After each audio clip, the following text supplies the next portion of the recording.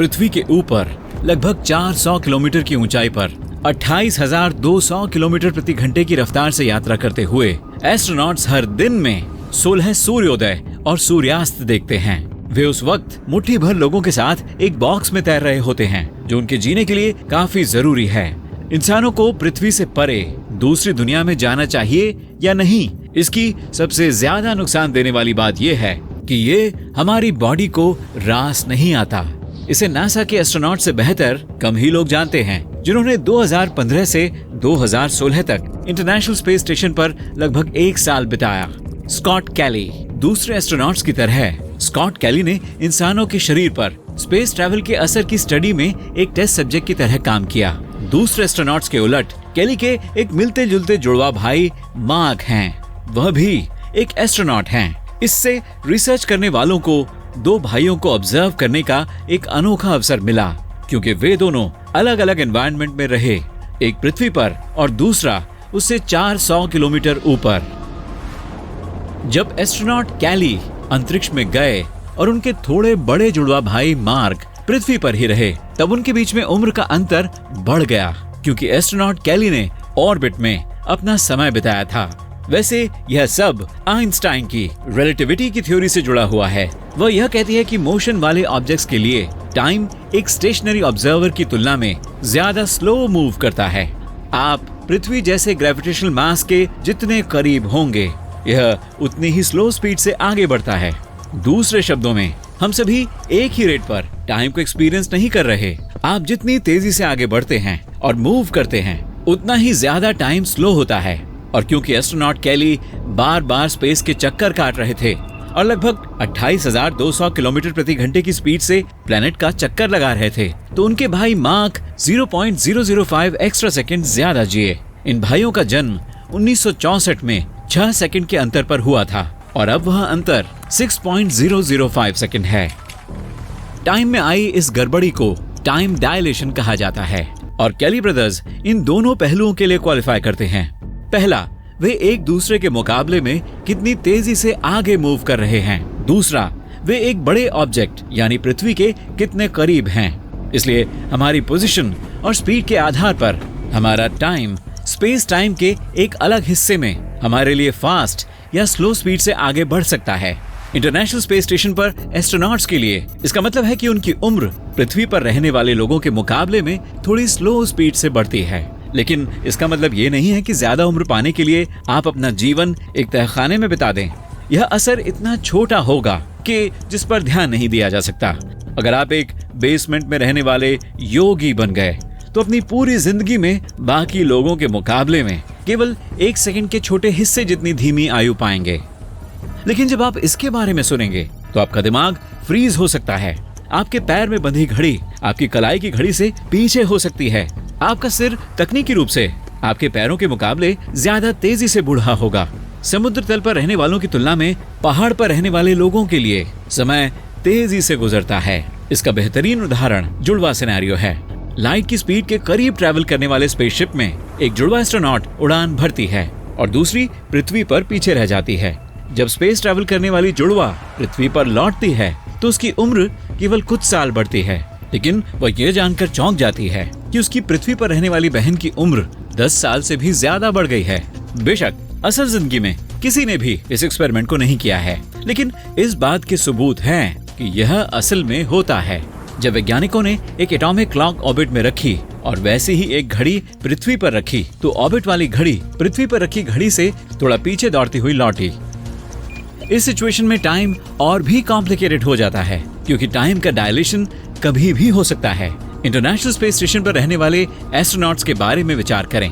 वे लगभग 420 किलोमीटर ऊपर तैर रहे हैं, जहां पृथ्वी का ग्रेविटेशनल पुल सरफेस के मुकाबले कमजोर है। इसका मतलब है कि जमीन पर लोगों के मुकाबले उनके लिए टाइम फास्ट होना चाहिए। लेकिन स्पेस स्टेशन भी लगभग 8 किलोमीटर प्रति सेकंड की स्पीड से पृथ्वी के चारों ओर घूम रहा है, यानी सरफेस पर लोगों के मुकाबले एस्ट्रोनॉट्स के लिए टाइम भी स्लो होना चाहिए।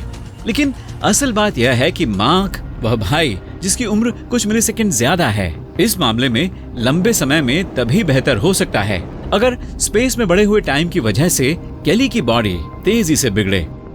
नासा की ट्विन स्टडी में 10 साइंस टीमों ने भाग लिया।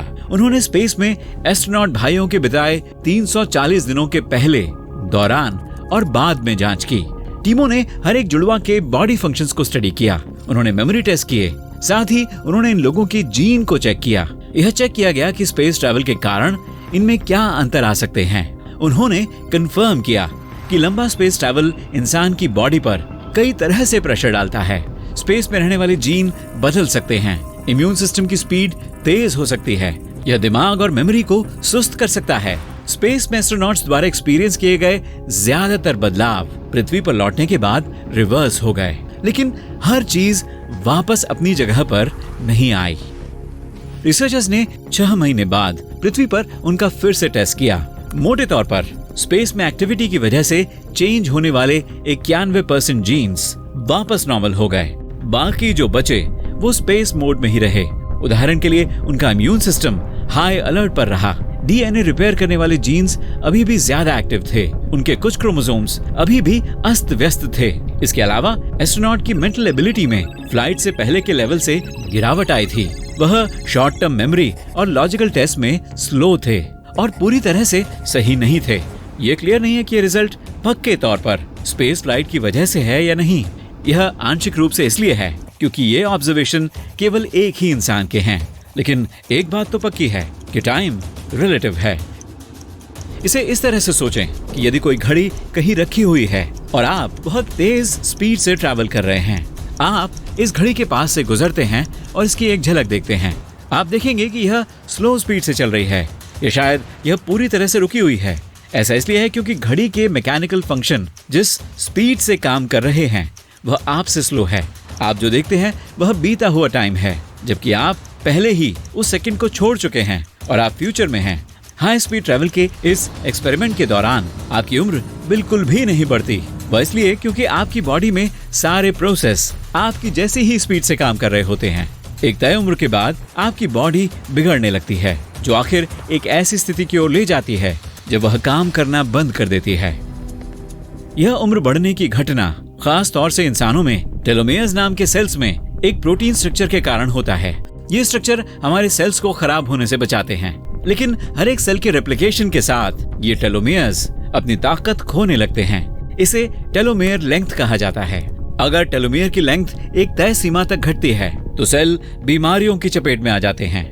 हम कह सकते हैं कि टेलोमेयर्स हमारी बॉडी में नेचुरल काउंटडाउन टाइमर्स हैं। वह यह तय करते हैं कि हम कब खत्म होंगे। टेलोमेयर की लेंथ पर तनाव जैसे बाहरी फैक्टर्स का असर हो सकता है। ये हमारे टाइमर की रफ्तार तेज करता है। नासा द्वारा की गई जुड़वा स्टडी के एक्सपेरिमेंट में दोनों भाइयों के टेलोमेयर की लेंथ में चेंज को भी दर्ज किया गया है। इंटरनेशनल स्पेस स्टेशन पर रहने के दौरान केली की टेलोमेयर लेंथ बढ़ गई थी। मिशन से पहले दोनों भाइयों के टेलोमेयर की लेंथ लगभग एक जैसी थी। मतलब अगर हम दिमागी तनाव जैसे मुद्दों को नजरअंदाज करें तो दोनों भाइयों की उम्र लगभग बराबर हो जानी चाहिए। लेकिन जब केली पृथ्वी का चक्कर लगा रहे थे तब उनकी टेलोमेयर लेंथ लगभग 14.5% ज्यादा थी। केली बायोलॉजिकली अपने जमीन पर रहने वाले भाई से कुछ साल छोटे थे। वह इसलिए क्योंकि केली की टेलोमेयर लेंथ पृथ्वी पर वापस आने पर नॉर्मल हो गई थी। वापसी के बाद टेलोमेयर की लेंथ को उम्मीद के मुताबिक बहाल होने में लगभग 190 दिन लगे। इंटरनेशनल स्पेस स्टेशन से ब्लड सैंपल्स प्रोसेसिंग के लिए वापस पृथ्वी पर भेजे गए, यानी खून अब आईएसएस की स्पीड से ट्रैवल नहीं कर रहा था। साथ ही स्पेस टाइम पैराडॉक्स कहता है कि केली लौटने पर उम्र में छोटा होना चाहिए, लेकिन टेलोमेयर की लेंथ मिशन से पहले की तरह अपनी ओरिजिनल सिचुएशन में बहाल हो गई। केली फिर से उसी उम्र के थे जितनी उम्र उनके जमीन पर रहने वाले भाई की थी। उम्र बढ़ने के इन तेज बदलावों का मुख्य कारण ग्रेविटी की कमी है। हमारे शरीर के ज्यादातर सिस्टम में ग्रेविटी एक बहुत बड़ा रोल निभाती है। उदाहरण के लिए मसल्स को ही ले लें। बूढ़े लोगों की मसल्स उम्र के साथ सिकुड़ती, घटती और कम मोबाइल होती जाती है। एस्ट्रोनॉट्स की मसल्स भी इसी तरह से रिएक्ट करती है क्योंकि वे कम इस्तेमाल होती है। इसलिए स्पेस में लंबे टाइम तक रहने वाले एस्ट्रोनॉट्स इस असर को कम करने में मदद के लिए स्पेशल एक्सरसाइज मशीनों का इस्तेमाल करते हैं। हड्डियों में भी ऐसा ही प्रोसेस होता है। एक तय उम्र के बाद पृथ्वी पर लोग अपनी हड्डियों में मांस खोना शुरू कर देते हैं। आमतौर पर हर साल लगभग 1 से 2% की दर से। लेकिन स्पेस में वे लोग बहुत तेज स्पीड से बोन मास खो देते हैं, यानी 1 से 2% हर महीने। वैसे एस्ट्रोनॉट्स की बॉडी को अपने वजन का सपोर्ट करने की जरूरत नहीं होती। हड्डियां नई हड्डी के मटेरियल का प्रोडक्शन करना कम कर देती हैं और पुरानी हड्डी को अब्सॉर्ब करने की मात्रा में तेजी ला देती हैं। किस्मत से उनके स्केलेटन सिस्टम्स धरती पर कुछ समय बिताने के बाद नॉर्मल हो जाते हैं। अगर केली को इंटरनेशनल स्पेस स्टेशन का चक्कर लगाते समय स्पेस के सभी नुकसानों जैसे रेडिएशन से बचाया जाता तो वह अपनी जमीन पर रहने वाले भाई से ज्यादा समय तक जीवित रहते, भले ही वे 0.005 सेकंड की बचत कर रहे हों। एस्ट्रोनॉट्स अभी भी उम्र बढ़ने के खींचे गए प्रोसेस के कुछ सिम्टम्स को एक्सपीरियंस करते हैं। तो अगली बार जब आप चाहते हैं कि आपका वीकेंड लंबे टाइम तक चले तो जमीन पर कम रहें और असल में काफी तेजी से आगे मूव करें। ऐसा महसूस तो नहीं होगा कि आपका वीकेंड अब और लंबा हो गया है, लेकिन टेक्निकली आप 1 सेकंड का एक नन्हा छोटा अंश हासिल कर सकेंगे। इस छोटे से एक्सपेरिमेंट के लिए आपको स्पेस में जाने की जरूरत नहीं पड़ेगी।